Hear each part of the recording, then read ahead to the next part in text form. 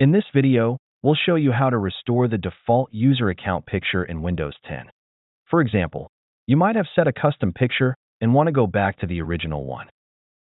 Let's open your account settings in Windows.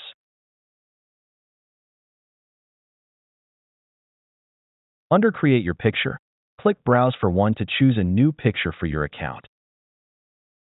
In the address bar, type this and press Enter to go to the Program Data folder. Go to this folder. Inside, you'll find the default user picture.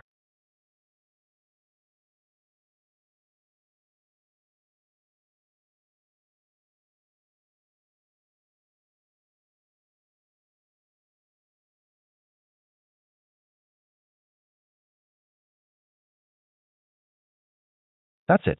Thanks for watching. Don't forget to like and subscribe, and see you in the next videos.